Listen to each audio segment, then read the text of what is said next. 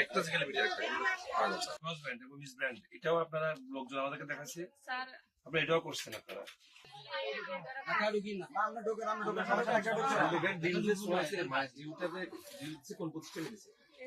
কাগজগুলো তখনকার থেকে কোন প্রতিষ্ঠান দিচ্ছে আমাদেরকে আজকে তোর বাড়ি কোথায় এখানে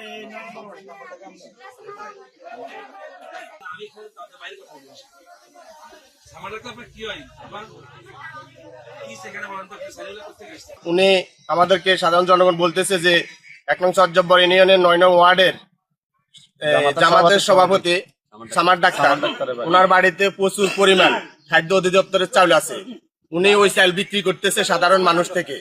আমাদের প্রশ্ন হলো যে এই চাল বিক্রি করার তো কোনো প্রশ্ন আসে, যেহেতু এটা সরকারি চাল, খাদ্য অধিদপ্তরের চাল, এটা তো মানুষকে আল্লাহর রাস্তা দেওয়ার কথা।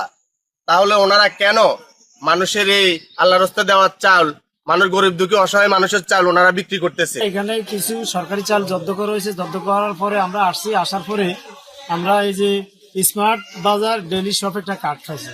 এই কার্ডটা আসলে সরকারের কোনো অনুমোদন নাই, কিছু নাই।